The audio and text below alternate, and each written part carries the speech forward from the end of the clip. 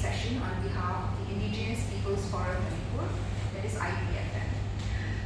We are gathered here today to shed light on the profound and often underreported impact that the ongoing Manipur conflict has had on the indigenous tribes and people of Manipur in general. What began as a political and ethnic tension has evolved into a deeply existential threat to their identity, culture, economy, and rights.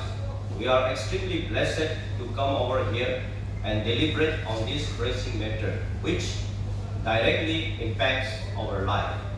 Ladies and gentlemen, moderator and program officials of this event, I am delighted to be one of the speakers on this issue affecting the indigenous fraternity in the country. I represent the state of Manipur, which has been flooded by illegal immigrants from across the borders of India.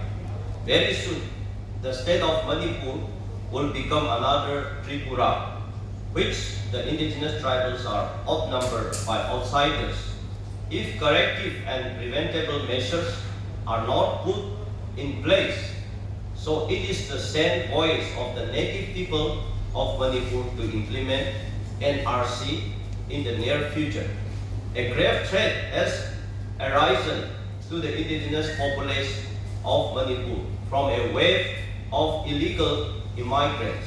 Illegal immigrants from Myanmar and Bangladesh frequently enter Manipur via porous borders using National Highway number 2 and 37.